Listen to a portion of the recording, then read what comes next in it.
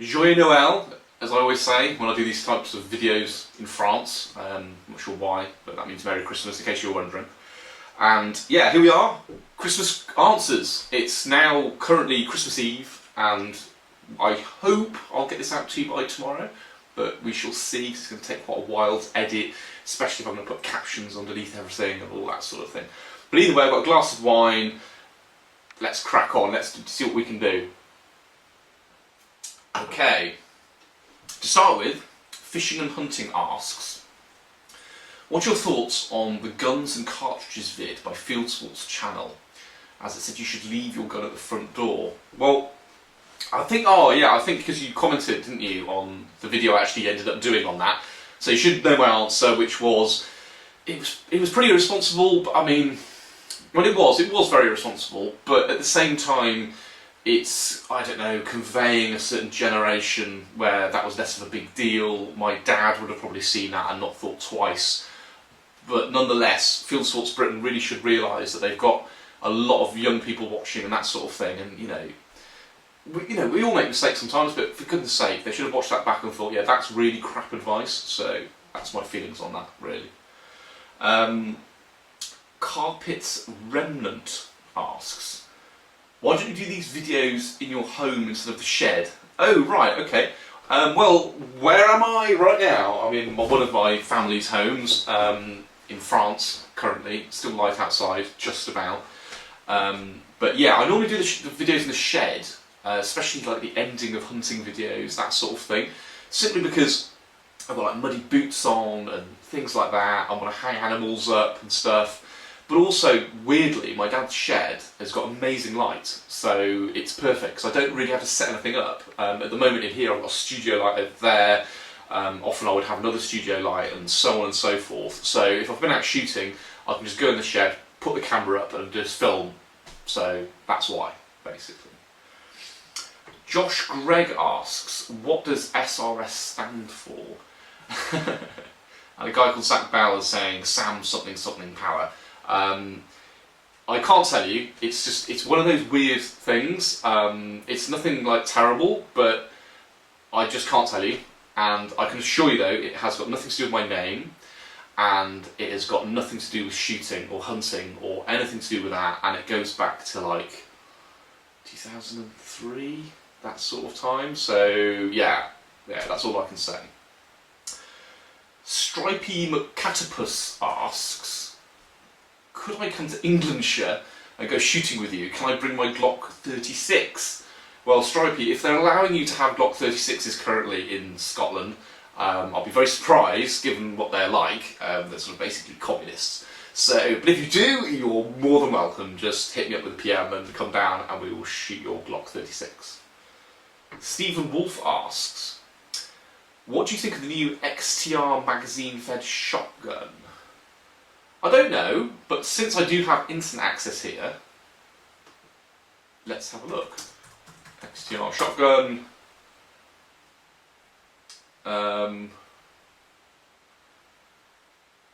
Oh, you mean the Fostech Origin? Is that what you're referring to? Because that's like the first thing that's come up.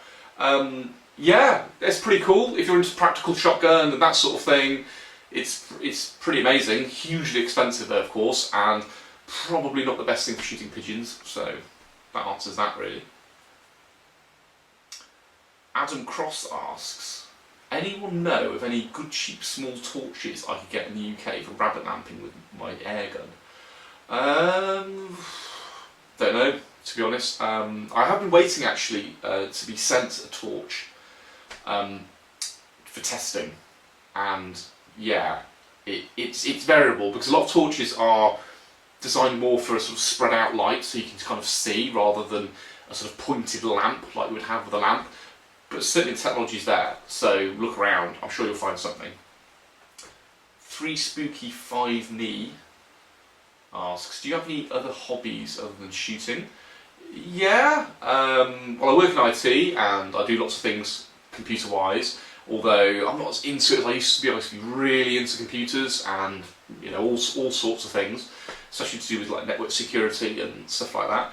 Not so much anymore, but obviously you can gather, can't you, from the YouTube channel and stuff. I'm quite into like media and kind of creating stuff, video editing, that sort of thing.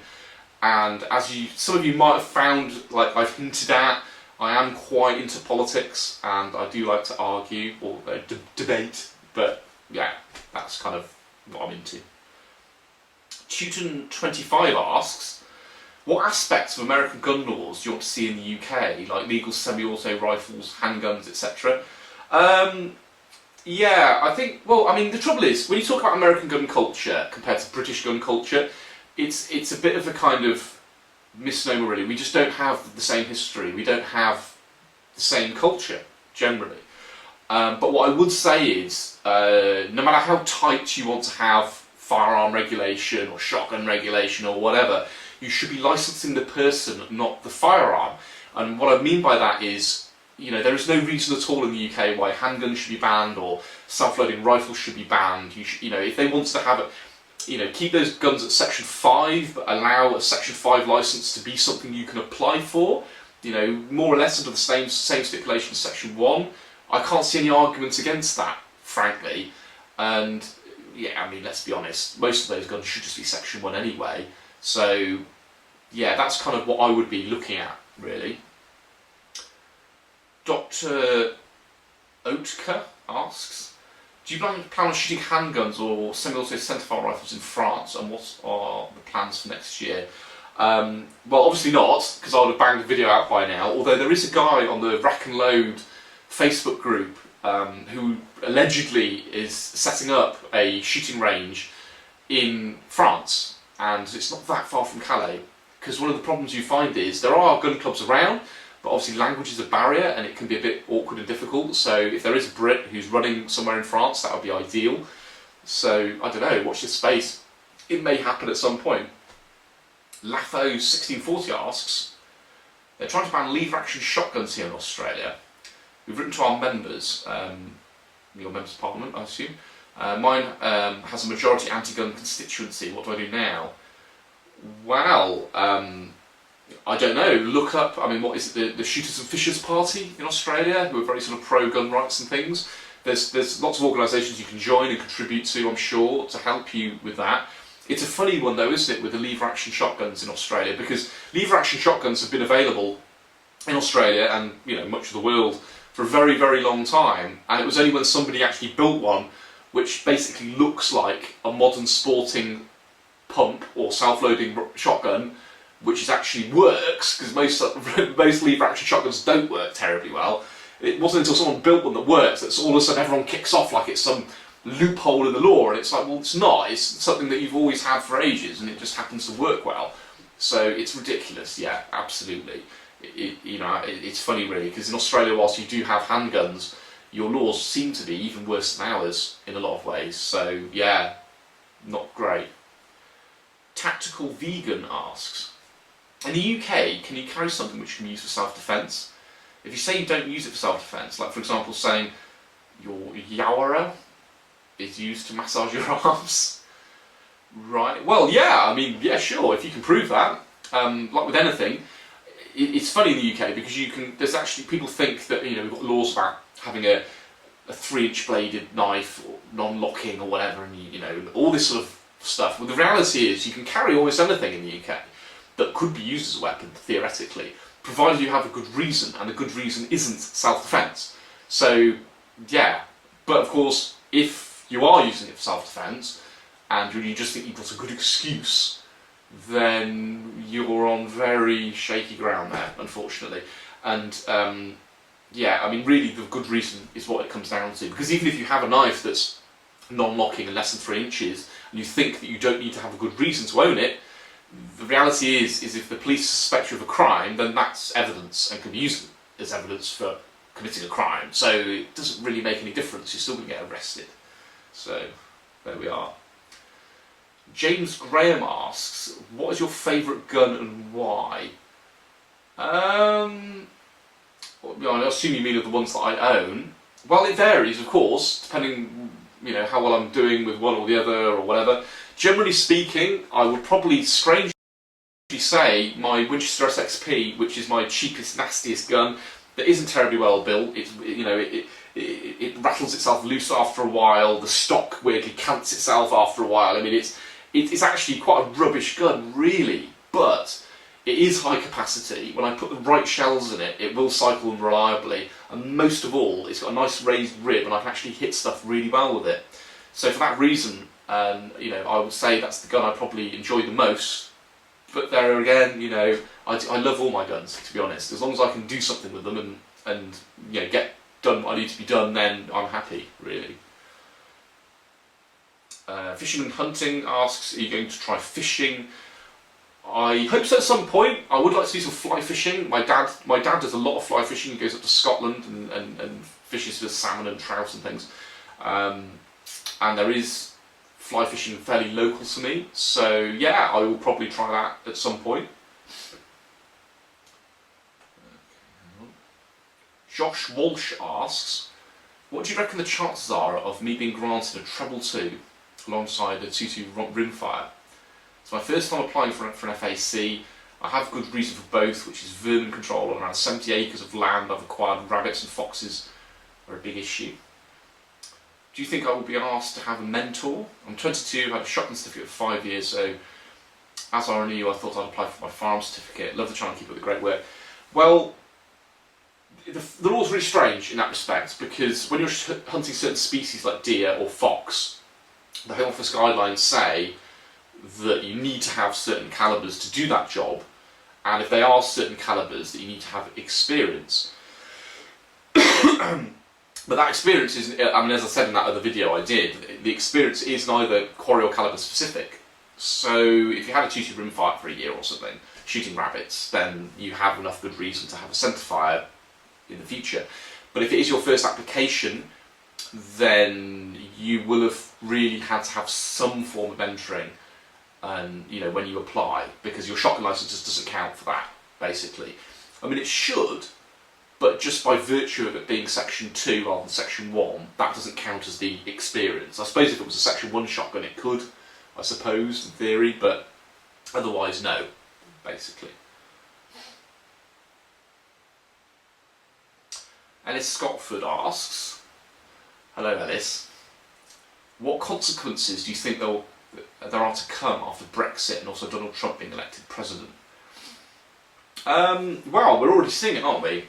You know, internationally at the moment, people are rejecting political correctness. They're rejecting identity politics. You know, they don't like it. We don't like being told if we have a problem with immigration, or not that we've got a problem with immigration, but we want it to be managed properly, or we want to be able to choose who we let in or whatever. We get labelled, you know, a racist or a bigot or whatever.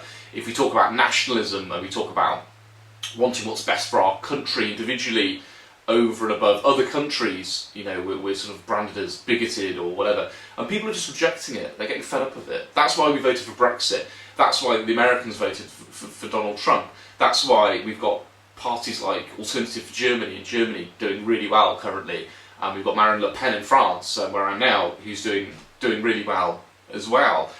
People are getting, you know, they're getting fed up of that, and it's ironic because when you talk about organisations like Black Lives Matter, for instance, which, you know, in effect has come to be a form of terrorist organisation, you know, they've got serious blood on their hands, you know, in the movement that they've projected.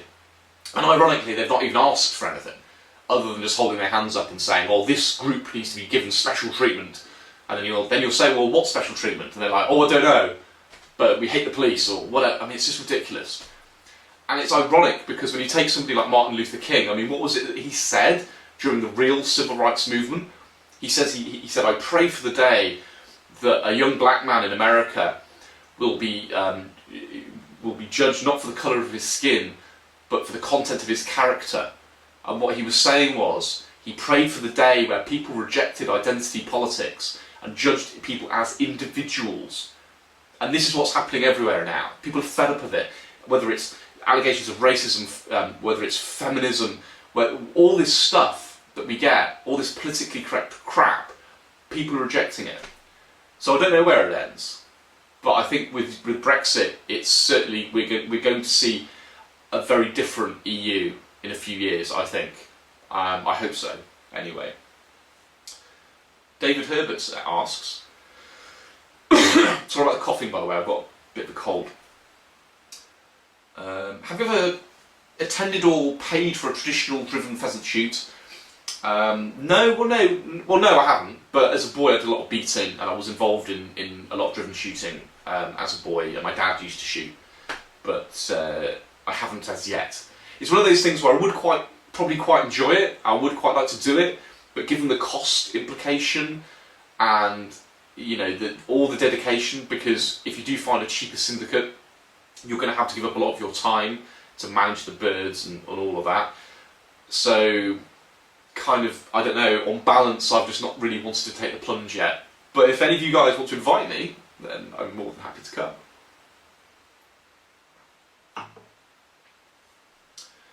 Blades Military UK asks, the EU has received a death blow by the way of Brexit.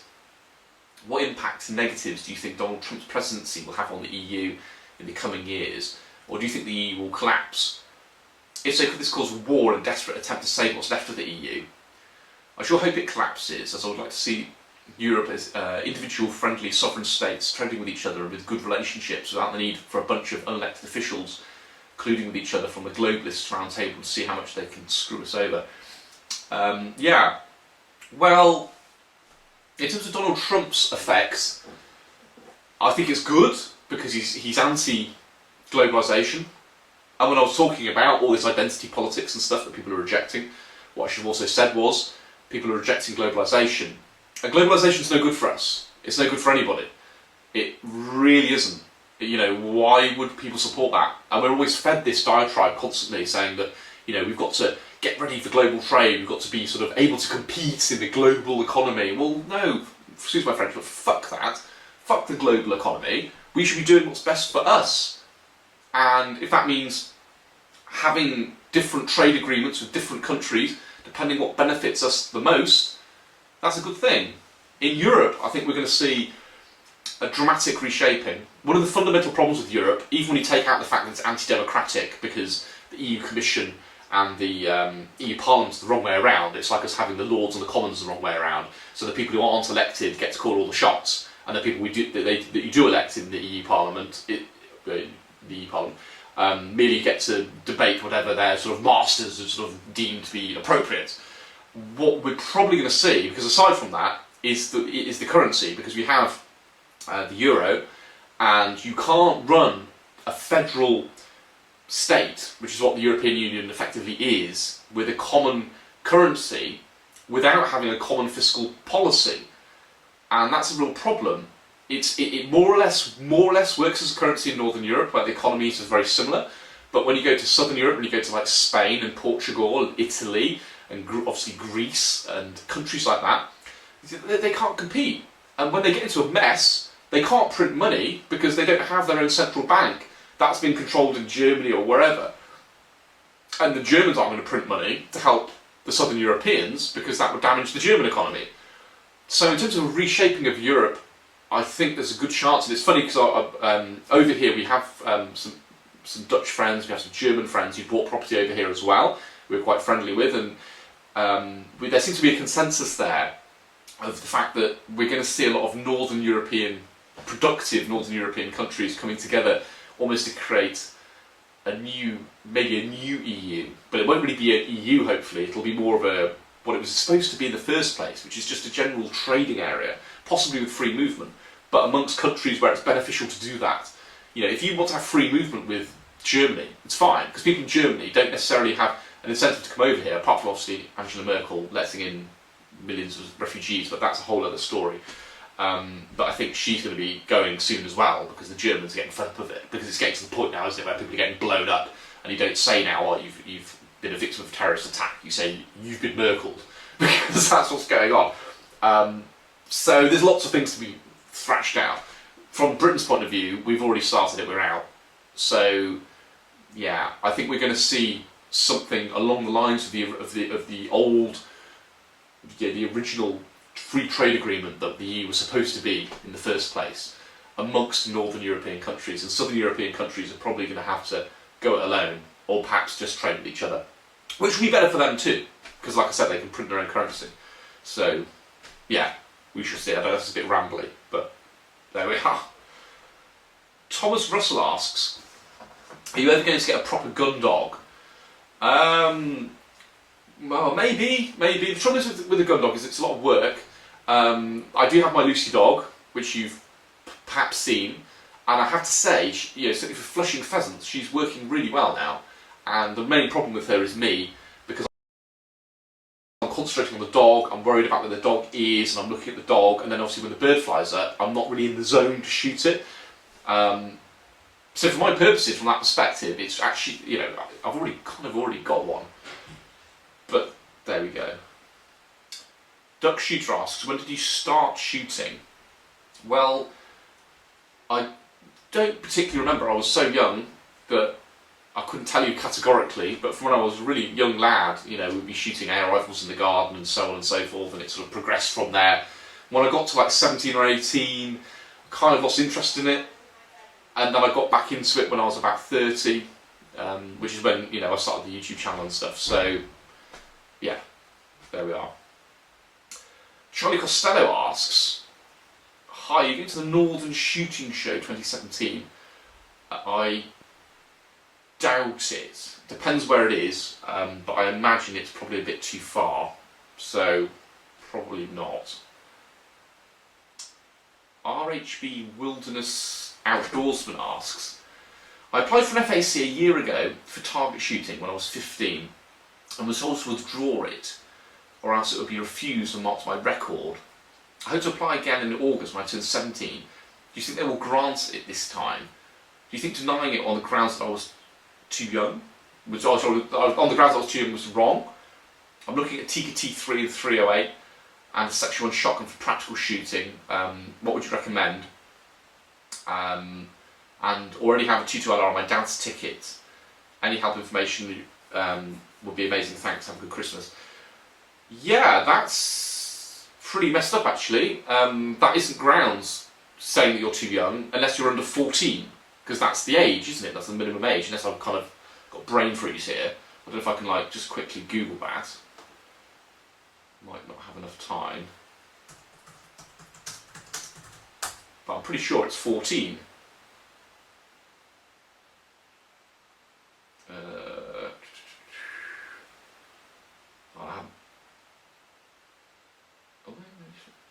Okay, it's just coming up with bloody Facebook, so strangely. But I think it's 14. So unless you're under 14, that isn't a good reason. And yeah, I would properly kick off about that. You should have made sure you joined BASC beforehand. If your dad already owns a 2.2 long rifle, you can also say that you've been mentored and you've got experience. So they really can't, theoretically, they can't stop you having anything, to be honest. The Tikka T3 in principle, they should grant you. I would probably personally be more sensible. I probably would just go for a 2.2 long rifle and go from there. But whatever you do, join BASC, because they'll help you. Because that is a miscarriage of justice. They can't say that. That's not right. Phil Little asks, hi, I've been shooting sporting clays for around 4 months and getting fairly proficient. Out of 100 clays, what sort of score should I be consistently getting before considering entering a competitive? I've really no idea, because I don't really shoot clays, but somebody's actually answered for you and they're saying between 90 and 100. I would say that's probably fairly accurate. I suppose the acid test would be to go and watch competition and see what the top, 10 people get, and then go from there. I mean, there's a thing with competition. I mean, I shoot competition at my gun club occasionally, just for a laugh really, for like practical shotgun, practical mini rifle, very occasionally. And it's all about taking part really. So it depends on where you're going, it depends what competition you're doing, it depends on how competitive it is. So yeah, make your own judgment really. Zach Bell asks, what part of shooting do you really enjoy? Why do you like it?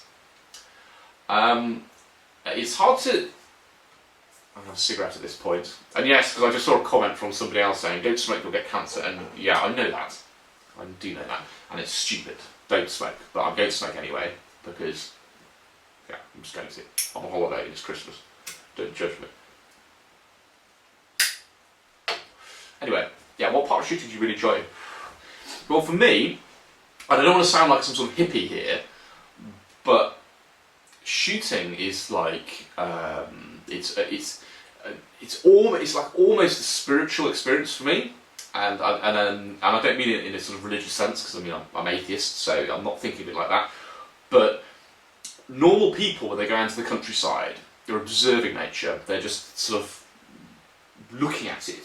As well, when you hunt, you become part of nature. You become part of the environment. You become a predator, and you know, you'll be sneaking up on some rabbits and you'll see a blackbird fly out of the hedge and make a noise to warn the other animals that you're there, there's a predator around.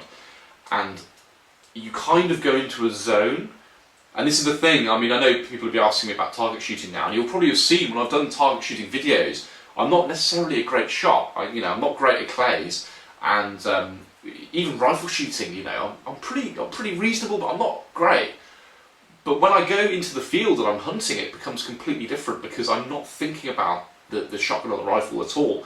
I'm thinking about what I'm shooting at, and my shooting is, because of that, considerably better than it would be if I was, you know, on a bench or if I was at a clay trap or whatever. And I can't explain that other than, as I said, it's like a psychological weird thing. So I find it very cathartic. You know, it's something I really love. And it's something that I get more of when I'm doing it on my own, and you know, which sounds a bit antisocial, which it probably is, but yeah, it's like a sort of weird meditation thing for me. Gear Review asks, what's your opinion on Bakail shotguns? They're alright. Yeah, they're very good. They're very good, actually. There's nothing wrong with them. Being Russian, of course, they're very utilitarian. They're a bit natty, you know. It's a bit like when you look at it's not obviously a bike or whatever it's called, but if you look at the I can't remember the name now, the Triple Crown. I have to Google this again. Apologies for this.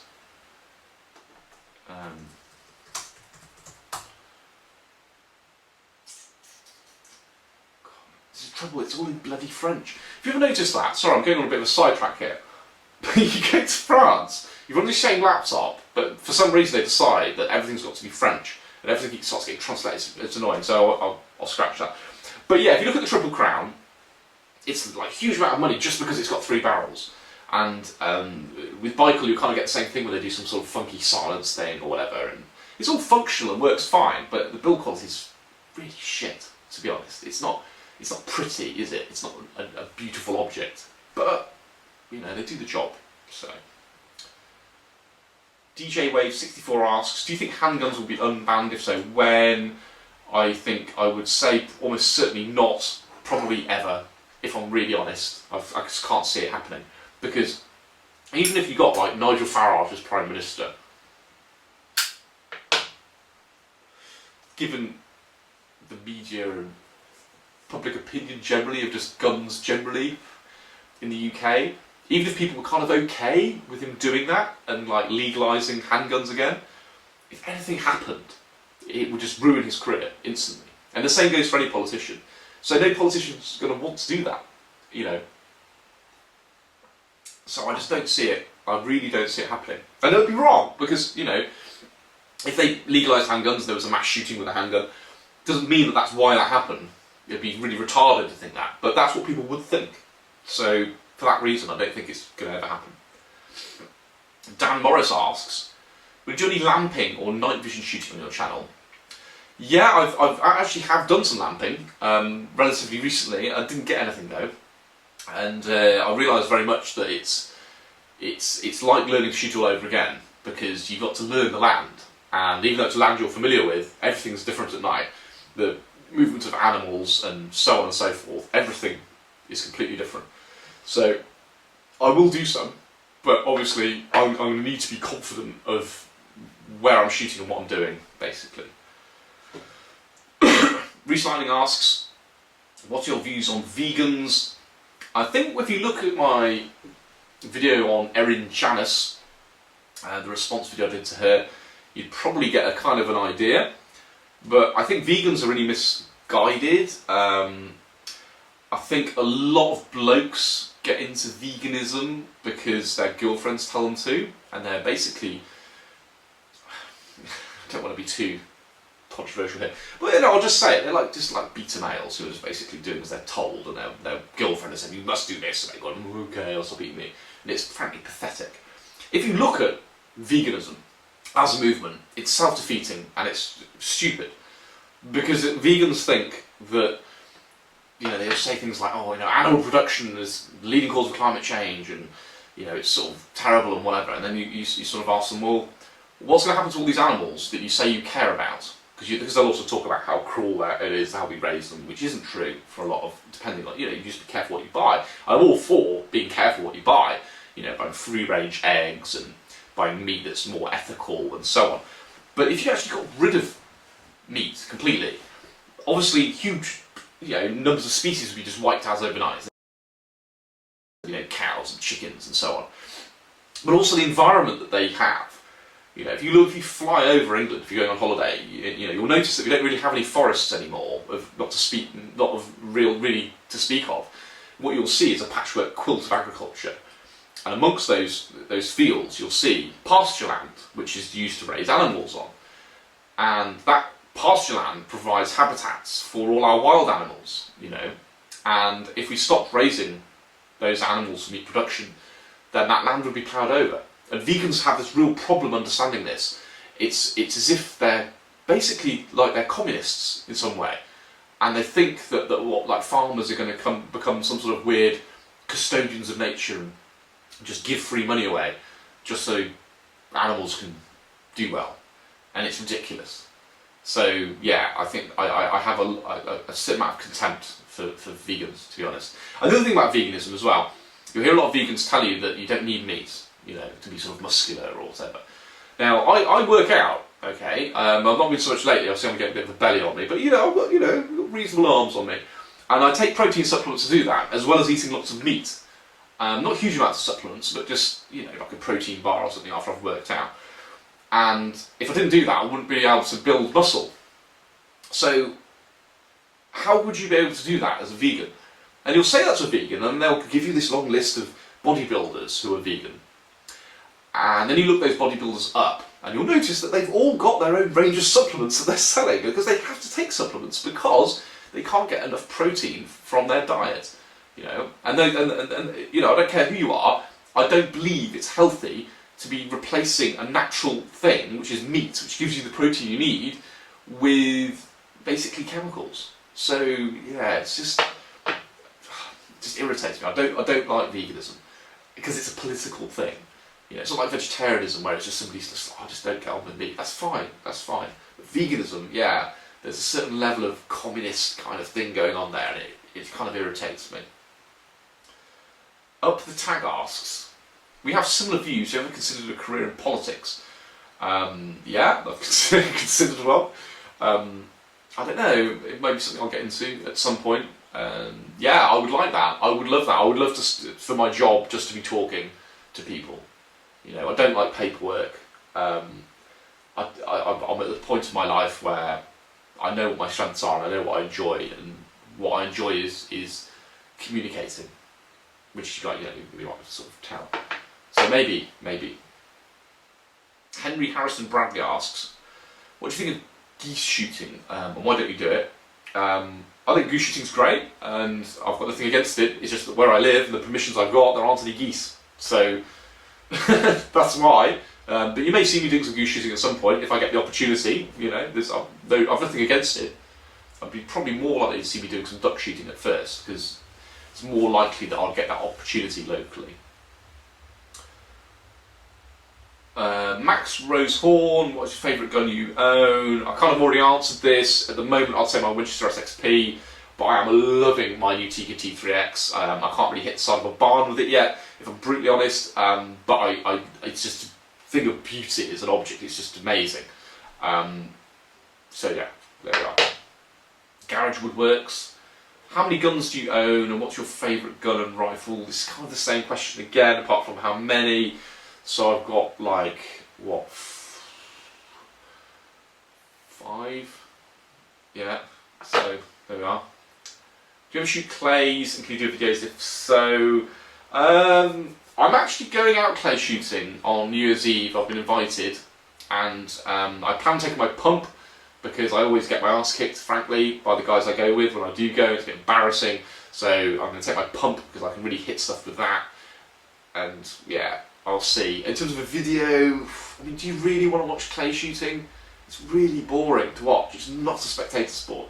I mean, I can get some footage maybe, but yeah, that's why I wouldn't normally film that, because it's just dull. It's dull as ditch water to watch. Wesley Brooker asks, what percentage of your hunts do you film? Most of them. I mean, it's not that often that I go out shooting where I don't film, but sometimes, of course, you know, sometimes I don't get anything, or sometimes it just doesn't come out well, you know, or if I'm shooting with somebody else, it's very difficult, especially when you see that some of the videos I'll do where there's a lot of sort of cinematography and stuff, and I can't really do that with somebody else because they want us to crack on and do whatever. So, but yeah, most stuff I film, or at least try to. But whether you get to see it or not is another question. Venom Gaming asks, when and how do you get into shooting? Well, like I said, it's something I grew up with. There was always shooting and guns around me from when I was a little boy. So it wasn't something to get into. It was just there.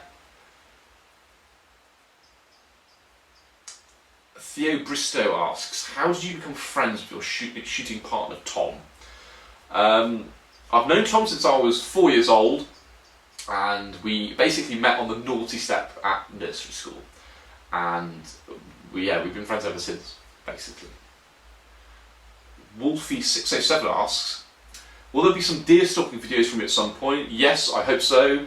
As I said, I need a lot more practice on shooting my 243.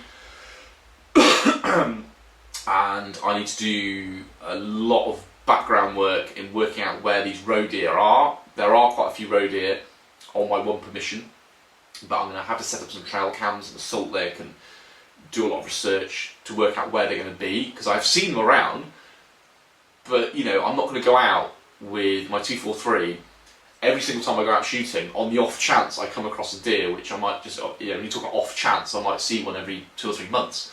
So it's not like going out with a shotgun where I'm just going to bump into one and then shoot it. I've got to know, where they're going to be. So it will come. It will come. Thomas40 asks, why do you shoot pigeons on the floor when they are already dead? I don't tend to do it when they're already dead, as far as I know. But yeah, it's funny you should say that, because my dad criticises me for that. It's like, oh, you're wasting cartridges, and it's just like, they're not that expensive. But if I'm in the hide and I shoot a bird and I wing it, which often happens, I could just go out and pick it up and snap its neck. But if I do that, I might be ruining the flight line, because if there's more birds coming in, they'll see me go out. So often it's just easier just to stick another shot into them, to be honest. So that's why. Jack Davies asks, hi Sam, will you and English Shooting ever have a shooting competition? Yeah, maybe, we shall see. Depends what sort of competition it is, because if it's a competition that involves killing things, then I'm going to kick his ass. But if it's something tactical, he'll probably kick my ass. So, yeah, we shall see. It's something we've talked about, we've planned to, but both of us are very busy and we've just not got around to it. But there will be a collaboration at some point. And the same goes for Rack and Load. With Rack and Load, actually, there's a place he shoots, and it's officially a gun club. And obviously, because we're both club members, we can go to any gun club in the country. And it is about halfway between where we both live, because we're not that far away from each other. But weirdly, it's somewhere they only have about 4 days a year that they can actually allow shooting. It's on like some country estate or something. So it's going to happen, because we've talked about it. But yeah, we shall see. Reese Swan, favourite gun that you have shot? Okay, well, that's slightly different to the favourite gun thing. It depends, obviously, what you're talking about. because everything's different, isn't it? I mean, in terms of tactical shooting, like practical mini rifle, it's going to be an unpopular opinion because everybody goes on about the Smith & Wesson M&P 1522, which I don't rate at all, even though on paper in every way it's amazing. I just don't get on with it. I did find my friend's Beretta ARX to be fantastic. I love that gun. It was so well balanced, and you've got the cocking handle here, and yeah, it doesn't have bolt hold open when you run out, but it's just perfect. You could shoot really well with it. Even just with the red dot at 50 metres, I was really accurate with it. So I like that. I did once get given a shot with a 45-70 lever action, and the guy had actually loaded it with hot rounds. And you know, a hot round means that at the highest pressure that you can do that round for. And a 45-70, for those who aren't familiar, is a rimmed cartridge about that long, and it's basically like a 45 long Colt, but it's much longer, and there's a lot of power in that. And it was so powerful that I only shot 2 shots with it, because the gun was only like this long. It was a really short little gun. And after that, I shot a 300 Win Mag, and honest to God, a 300 Win Mag was like a pea shooter after shooting that. So that was certainly one of the most exciting guns. I really feared for my life, because it's a sort of gun where if you got it wrong and you hit yourself in the face with it, you'd probably break your cheekbone. It was that much recoil. But yeah, there's been a huge variety. I mean, I've shot cannons before, so I mean, there's huge variety. It's hard to kind of compare, but yeah, always have a good laugh at the club anyway. Craig Ward asks, I'm new to wildfowling this year on the Humber. Have you ever fancied it? Yeah, I would like to do that, but I've not had the opportunity yet.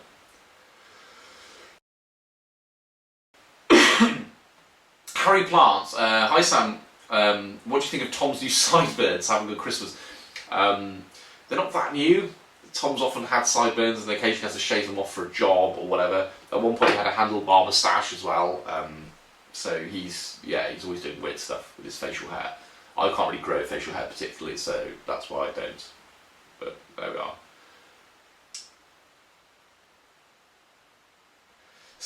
Stephen Andrews asks, if all firearms were banned in England in the future, would you hand yours in or would you hide them? Well, I would have to hand them in, because they would know I've got them, wouldn't they? That's the trouble with registration. It's not like we live in America, and that's why in America people are so against registering firearms of any sort. Even if you sort of take the Second Amendment out of the equation, the minute guns are registered, then the government know you've got them. So you know, they'll just come and get them. They know you've got them, so you can't hide them because they know you have them. So there we are. So it's a bit of a moot point, really. Dear Slaying Redneck 100 asks, what is your #1 complaint on the gun laws in the UK, and how are you liking your Tikka so far? My #1 complaint, which is probably relates to my Tikka quite strongly, is that the police, or it's not even the police, because they're not the police, the firearms department aren't actually the police, they're just civil servants. But there's a lot of weird kind of ego and pomposity there, and they seem to think that they have the right to make up their own rules, and that you've got to somehow impress them in some way. I mean, it's like the lad who's earlier on who asked, he was refused because of his age. You know, that's just frankly bloody ridiculous. I mean, who the hell do they think they are? But we get this a lot, and that really is a bugbear of mine. You know, the laws, we can complain about the law and all the rest of it, but the law is the law. But when people start making up the law and inventing new laws because they've just got some sort of power trip, that's when I've got a real problem. And you know, it really irritates me, and that's what I had with my Tikka, and that's why I had to get BASC involved and write my letter, and that's why I ended up having to complain to the Police Complaints Commission, and I won. And it proves that, you know, the law, if the law is on your side, you can force these bastards to abide by it. But that really, really, really wound me up, to be honest. I was not happy about that. James Head, after the 20 ball video, would you ever consider getting a 20 ball for yourself? Yeah, I would. I really quite fancy an AYA, maybe an AYA #2 20 ball side by side.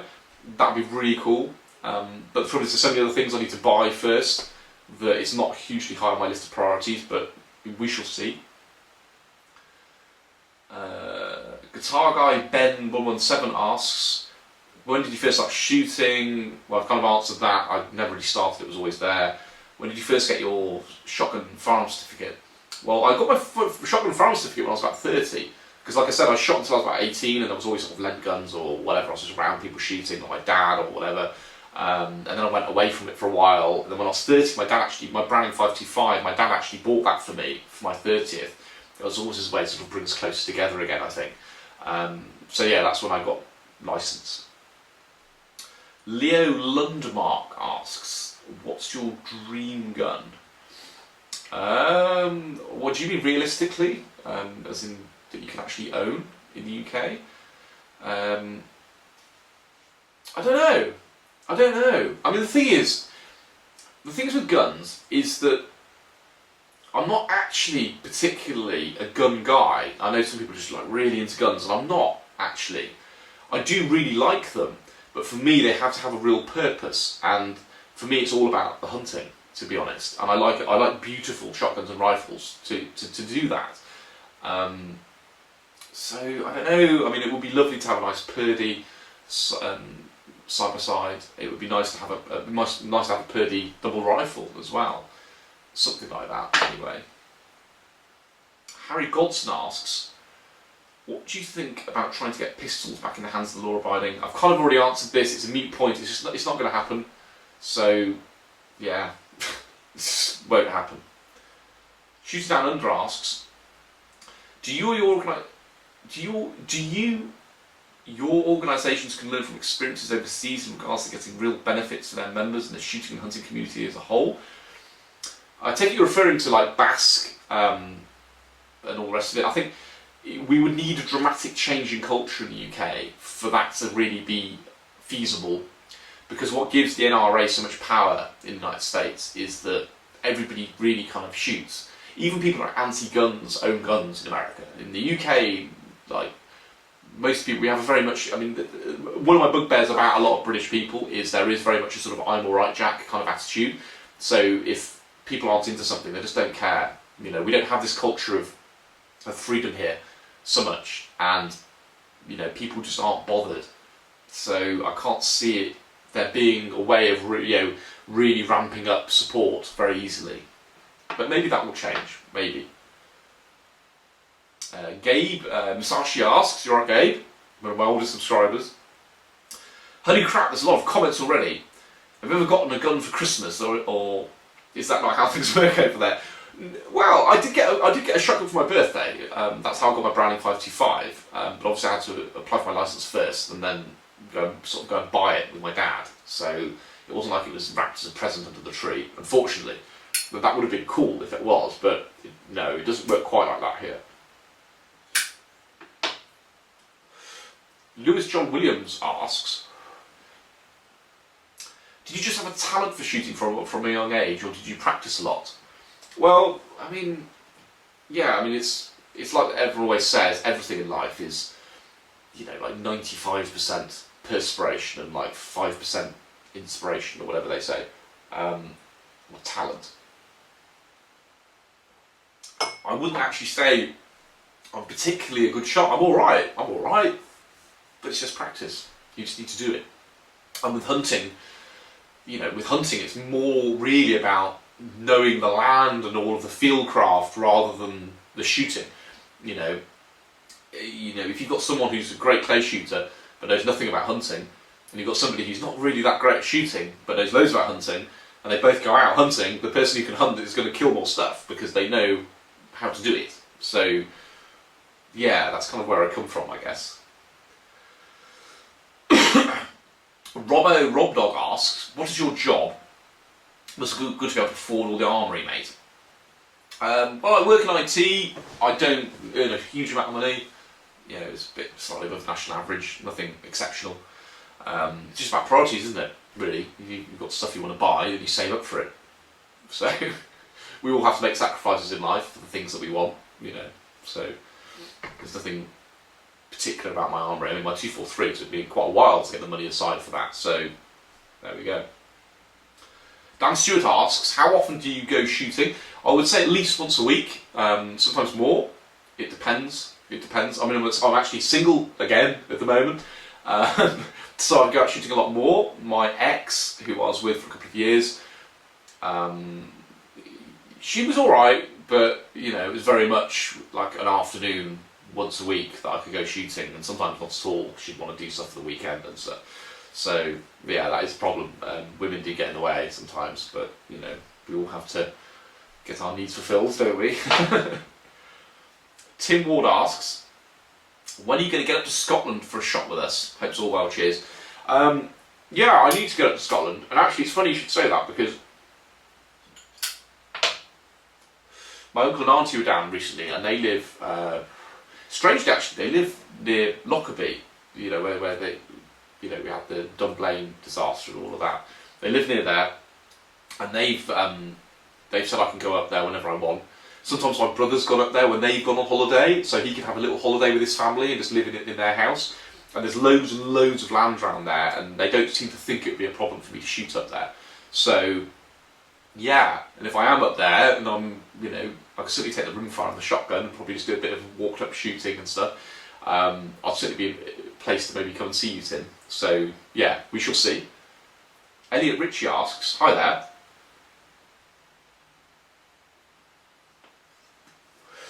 What age do you think is appropriate for kids to get into shooting? Shotgun and rifle, like 20 gauge and 22.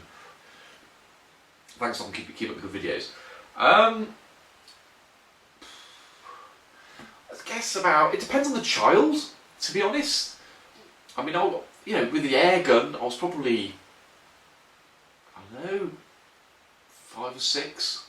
I'm sitting with my ex's boy, he was 5, and I was getting him shooting the air gun. A lot of it really, because obviously an air gun, a pre-charged air gun, is, you know, it's no recoil or anything. And with the 2.2 rimfire, there's no recoil or anything. I'd say if you go into a shotgun, you know, maybe a little bit older, you know, but it all depends on the child and how responsible they are, and the size of them, to be honest, and how small the gun is. So it's horses for courses, really. Jack Butcher asks, what is your all-time favourite shotgun and rifle? Kind of been asked this a few times now. Also, what was your favourite game animal to shoot? Yeah, I mean, the shotgun rifle thing I've already got into, so I'm not going to go into that again. And it's, yeah, okay.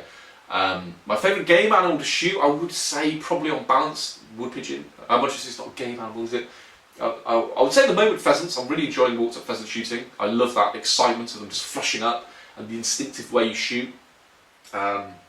But what I really love is wood pigeon. I love shooting wood pigeon. Love wood pigeon. I've even got an oil painting of one in my gun cupboard. EGL110 asks, how many rounds of ammo did you apply for in your FAC for your 243? And what made you getting into all these cool videos on YouTube?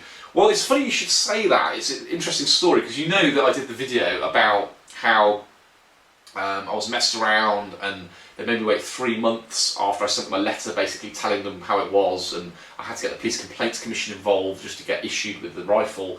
And when I originally applied, I put down like 200 rounds. When I got my ticket back, after I complained to the Police Complaints Commission though, they put down 600 rounds. Now, bear in mind how expensive 243 ammo is. I don't believe I'll ever be able to buy that many. But yeah, I do have 600 rounds down on my ticket, so it's pretty cool. And then in making videos, I don't know, I don't know really. I guess me and my friend Tom, we were watching channels like Country Pursuits TV when they were around. I won't go into that, that one will then a bit weird, and he's not really making videos anymore. But we were watching that, and we just wanted to film some stuff, and it was very much just a bit of a laugh, and then things escalate, and then here we are, 10,000 subscribers. So yeah, and I think it goes like that for most people, YouTubers, to be honest. Most people don't dream of ever becoming hugely successful, and I don't think I am, really. I mean, it's funny because everyone's just like, oh, so you get to 10,000 subscribers, how amazing is that? And it's like, it's good, and I'm really pleased, I am really pleased, but until I get to like 50 to 100,000 subscribers, I won't really feel like I've kind of made it. I still feel very much, I'm kind of just having a bit of a laugh really, still, at the moment, but, you know, I hope it grows, I hope it grows. Tony Swiss asks, when are you going to shoot a deer with your 243? We want to see you skin it and grill roller kit. Please, cheers, Swiss. Yeah, I've been into this when I get the opportunity, when I find out where the bloody things are, and yeah, I will do everything. So watch this space. Jerry Kingston asks, what camera are you using, please? GoPro? Question mark. Does it interfere with your shooting? Is the head harness it is fixed to the standard GoPro harness, and how do you find it for comfort in making birds aware of your presence? Is your gun swing dictated by the camera, fast or slow? And finally, if you're set up for filming from scratch, knowing what you do now, what gear would you choose? Well, I've got a Sony HDR AS15, it goes on the side of my head, and I don't have to think about it. It's got a button on the back, just here. It makes a noise to let me know that it's on, and makes a noise to let me know when it's off, and it just doesn't get in the way at all. So yeah, I would buy one of them. And obviously the camera that I'm using now to film me, I'll typically have behind me, so if I'm lucky, I'm in the hide, I'm like this. If I'm pigeon shooting, I'm behind the hide, I've got the net like that. I think there's a bird coming in, I'll turn this on, turn that on, and then I don't have to think about it, I'll just shoot the bird. So yeah, that's what I do. Ben K asks, hi pal, what do you feel is the best way to get permission to shoot ferrets on people's land? I'm sort of struggling to get permission, as everyone has someone doing it. Yeah, well I did do a video on this, and there's no easy answers there. You just have to, I don't know, network basically. Watch the video. It's there. So yeah, watch that. Catch fishing shooting. Hi, this is Charlie, and I'm just filling out my shotgun grant sheet. And my question is, can I share a cabinet with my uncle, even though he's got a pump shotgun? If your uncle has got a Section 2 licence and the pump shotgun is a Section 2 pump, then yeah, absolutely no problem at all. You can borrow his pump shotgun once you've got a licence for 3 days. If it's anything Section 1, then no, you can't. So you need a separate cabinet. Jay Herden asks, what are your thoughts on the proposed and failed grouse shooting ban? A great success for the shooting community, but surely you reckon those politicians love a good bit of sport on the moors themselves? Yeah, I think if we, having a Conservative government helps. A lot of them shoot. When David Cameron was Prime Minister, he was very into his shooting and stalking. I don't know what they were thinking, really. I don't understand why they would be trying to ban that. It's ridiculous. So, Laura Adam Finch, after many great videos this year that I've enjoyed and learned from, what do you have planned for our viewing pleasure in 2017? Don't know. I'm hoping there'll be more stuff with the 243, and I'm hoping there'll be some lamping. Obviously, filming when you're lamping is really difficult, so we shall see, but I'm hoping that's what you'll get. Charlie Dillon asks, what do you think of the Nikko Shadow 12 gauge? I know this is not a very expensive gun, but I shoot well with it. So what do you think? Did you think the price matters?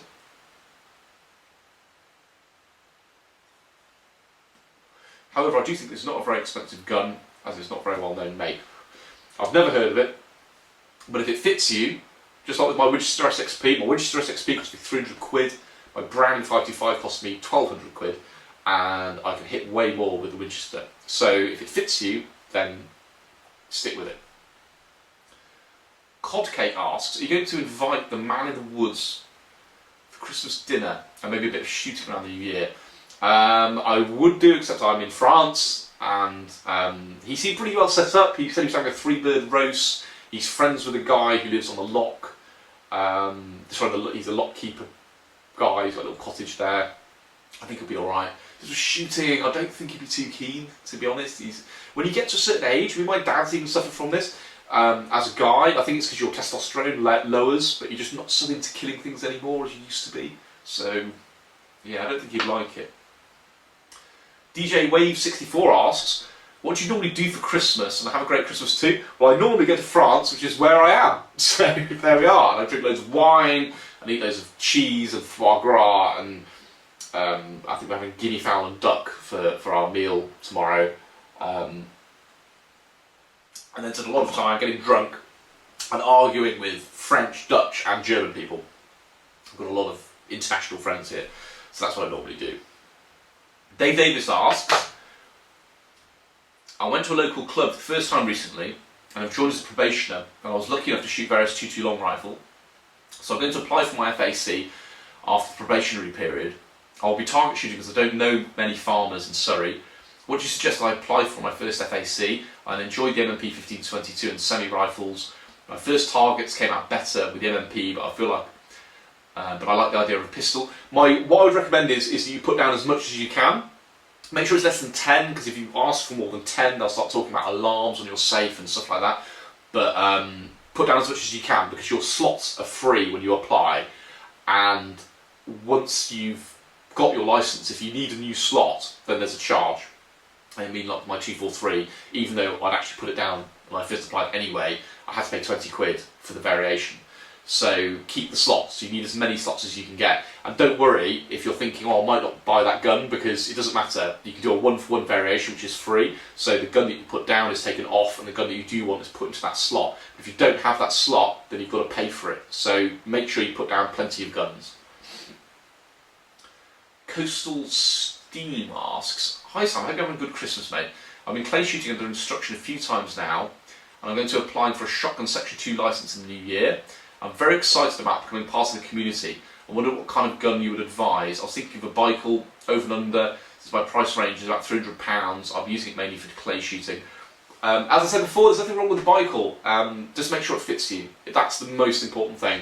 And don't be in too much of a hurry to buy a gun. You know, try out lots of other different guns and find one that really works for you, and then go and buy that. Sorry, the cigarette keeps going out.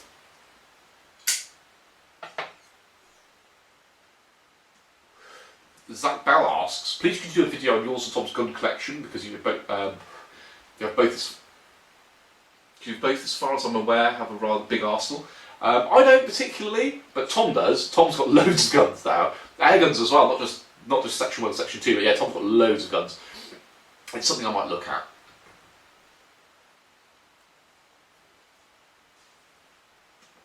MF asks, has anyone seen the latest firearms update from the EU? For some reason I can't seem to post a link in the comments, but if you type in the YouTube search box V4 MEP, it will come up. I'm not quite sure what you mean there, but yeah, the EU gun ban thing is just ridiculous. As far as I'm aware, it's pretty much not going ahead now, as far as I'm aware, but it keeps changing. This is the trouble with the EU, because I was saying before about being undemocratic.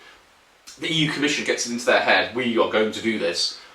This is what, as they always do, they put it to the Parliament who we vote for, and the Parliament go, no, and the EU Commission go, oh, okay, we'll ask you again. It's a bit like a gangster coming around your house and saying, do you want protection? And you're going, no, I don't need any protection. And then going away and coming back and going, no, do you want some protection? And then threatening you, which is what the EU Commission do, which is why it's a tyrannical dictatorship, and which is why we're best off out of it. And yeah, I think it could well come in at some point, because they won't give up, which is lucky why that we've left the EU, to be honest. Failing that, I don't know, I have to move to bloody Switzerland, I think. Andy Lawrence asks, why do you think the shooting community are not very good at portraying a positive image? There seems to be no conservative effort from all sides to show how positive shooting can be. It all seems to be very in-house. Yeah, I think you're right, which is what this is all about. This is a big part of my channel, which is what the idea is, trying to humanise us and say, look, you know, we're not going to put up with your shit anymore. We've got something to say. And I'm sick of hearing from antis who don't have a clue what they're talking about. Everyone's entitled to an opinion, but when you're talking about firearms, unless you actually shoot, you don't really have a valid opinion, because you don't know enough about what you're arguing about. You know, you're talking about, when you hear people sort of talking about AR-15s in America and like Piers Morgan, pillocks like him, and it's like, you don't even know what that is. You don't even know how it works. You don't know what the ballistics are of that cartridge. You don't know anything. So why should we listen to you? But people do listen to them, which is why we need to talk more about it. So yeah, I'm trying. Maybe if this channel grows to be big enough, it'll make a difference. And obviously English Shooting and Rack and Load, they're doing a good job too. So I hope we all grow. We shall see. We shall see. And it's interesting actually, because I was talking about English Shooting and Rack and Load myself. There's a good broad scope of types of shooting between the three of us, and we seem to almost be the first shooting channels around in the UK which talk about the political side of it a bit, as where before it really they weren't. So maybe they can make a difference. I don't know. Scotteration Exec asks, not really a question, but if you find yourself in Western Texas in the Big Bend region, you've got a fan here with a whole ton of guns that would make the Queen crap her pants in terror, I'll bear it in mind. I really would like to come to Texas, and I bet you have a great time. So yeah, I'd be well up for that. Dean Bailey asks, will you be going to the British Game Fair next year? Yeah, I will. Keep your eyes open for that. Venom Gaming asks, do you believe that reintroducing semi-auto pistols in the UK would be a good move? I don't think it'd be a problem, but I just don't think it's going to happen. You know, maybe it will, you know, but I can't see it, frankly. Max Hickling asks, have you ever had a thought in the field or while at the range of something people could do differently, or of a product that could revolutionise shooting or hunting? It doesn't really come down to that. I think with hunting, generally speaking, you do have to just do it to kind of be able to, learn. But frankly, a lot of the time, the old ways are the best, and a lot of the time I end up listening to my dad, to be honest. Jack Davies asks, will you ever have a giveaway for a viewer to come shoot with you for a day? Maybe, probably not, to be honest. GR456 asks, do you ever go clay pigeon shooting? Yeah, I do. I'm going on Saturday. It's not something I'm massively into, but I do occasionally. Benjamin asks, in Holland, you have to shoot with steel. Good substitute for lead shot. What's your view about this? Could you make a video about testing steel shot on pigeons or crows? I'm curious about the results, all that's from Holland. Well, I did do a video on steel shot about patterning and stuff with a shotgun. And it did perform really well, actually, surprisingly well. But I wouldn't want to see lead banned, so I think we're nearly there. Dave C asks, is there anything that can be done regarding the length of time to obtain a shotgun grant from your local police? I live in Essex, where they say the wait is over 40 weeks. When I've spoken to them this month, they said they're still working through February's applications. Yeah, well, this goes back to my main bugbear about police jurisdictions, or should I say, farms departments, which are actually civil servants, making up their own rules. They prioritise differently, and it's just a postcode lottery, really. It needs sorting out. Ricky Wells asks, hi, are there any other plans or thoughts of other rifle calibers that have come into the dark side of the force? Haha. Merry Christmas and Happy New Year in advance for you and your family. All really enjoying the videos, keep it up. I'm not quite sure what you mean there. But yeah, okay. Fishing and hunting, do you have any other hobbies? I kind of went into that. I think you already asked that. Tom Taylor asks, Merry Christmas, by the way. My questions are, is it true that you cannot shoot on Christmas Day and Sundays? If you do follow this courtesy, no, you can shoot on Sundays, it's just you can't shoot on Christmas Day. On Sundays you just can't shoot game, and that goes back to an old law which relates to gamekeepers and people who work on big shooting estates getting a day off. That was what it was about. Also, what are your opinions on Theresa May? Has she promised to do anything for the shooting community? Great video as always, so good December. I think Theresa May is actually good. I like Theresa May, she's got a lot of integrity, because she is somebody who was against leaving the EU, but now she realises that people have spoken and she's doing everything she can to make it happen, as far as I can tell. So I've got quite a bit of respect for her actually, but shooting wise, no, she's not said anything like that. Will Northern asks, is there any duck species in the UK other than mandarin that you can't shoot when out shooting for mallards? There's multiple mandarin ducks amongst them, which causes an issue. Is this species actually protected, or is it unusual for them? As there is no seasonings ever made, because I've got a lot of them. I've really no idea. I don't really shoot duck. I will do hopefully at some point, but you probably know more than me, frankly. William Wells asks, have you ever had working dogs, Jack Russell Terriers or gun dogs, lurchers even? Thanks for the great content you produce, William. I used to go out lamping as a boy with a lurcher, and it was fantastic fun. You just get the light, put it on the rabbit, shake the light, the rabbit goes, oh, gets stunned, you send the dog, grabs it, it was great. And my dad, obviously, he had Springer Spaniels that he trained, and a Labrador at one point for the gun, but I never trained myself. But yeah, my dad actually used to breed them and sell them as well. So yeah, I was always around gun dogs. Theo Bristow asks, Please could you do a lamping explain video, including the essentials of what to bring with you and tips and advice, thanks. Yeah, I will do once I've kind of got more to grips with it, and as I said before, I've been doing a bit, but I'm not really that great at it yet, so watch this space. Martin Fuchs asks, hello, I live in Austria. I have very strict laws about guns, but recently I started shooting my CZ452, my CZ457. Some weeks ago I also started practicing with a Glock 17 and Smith & Wesson 686. But now my questions. I have a bit of a problem with the recoil of the 308. Have any tips on how to handle the recoil? What are your tips for handguns for beginners? Well, okay. I don't shoot handguns. We can't have handguns in the UK, apart from Tom's long-barreled revolver.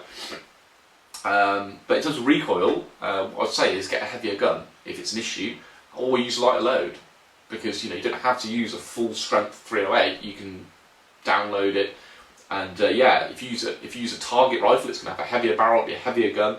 It'll be better for recoil. This is something I was finding the other day. There's, with even the 2.2 rimfires, you can have the target rimfire, which is great. It's got like no recoil. It's really smooth. You can be really accurate, but you don't want to carry that around all day hunting necessarily. Hunting rifles tend to be less accurate, but obviously more conducive. So yeah, you just have to try different guns. Can catapults will ever breed pheasants? No, probably not. James Taylor, thoughts on Marine Le Pen? I've kind of gone into this. She is kind of really the French doing the same thing as the British did and the same thing as the Americans did with Brexit, with Trump. It's people rejecting this globalism, basically. I don't think she'll win though, but we shall see. Charlie Dillon asks, do you think that they should teach gun safety in school, especially since today at my school my teacher used a gun as an example in a physics question and stated at the end that guns are dangerous because when you shoulder them and shoot it, will break your shoulder, along with the fact that he also thought that pistols were completely legal in the UK and anyone could have them. What are your views on this matter? Yeah, well, some schools do talk about firearms. Usually private schools, to be honest, and they even have their own, shooting teams and all sorts. But I think there is a lot of ignorance, and frankly, if you've got a teacher who's talking about firearms, they don't know what they're talking about, they should probably just not talk about them, to be honest. DJ Wave 64, I think you've had a question, haven't you? What limits are there when it comes to shooting hunting at Christmas, considering it becomes cold and I assume animals go to hibernation? Correct me if I'm wrong. It really depends. Obviously pheasant shooting, they're bred, so that's why they're there, and that's why they breed them, because there's some sport to have. Pigeon shooting is not that great. Rabbits, there's plenty of rabbits around usually if they're done well through the summer, but obviously it gets dark early, so you've got to lamp them. Or you go out ferreting, which is what you'll see in the video I posted yesterday. Guitar Guy Ben 117, when did you start smoking? When I was far too young. That's all I'm willing to say. Reese Lightning, do you fish? No. Theo Bristow, what would you choose for a farmyard pest control? PCBA rifle or full-edged shotgun?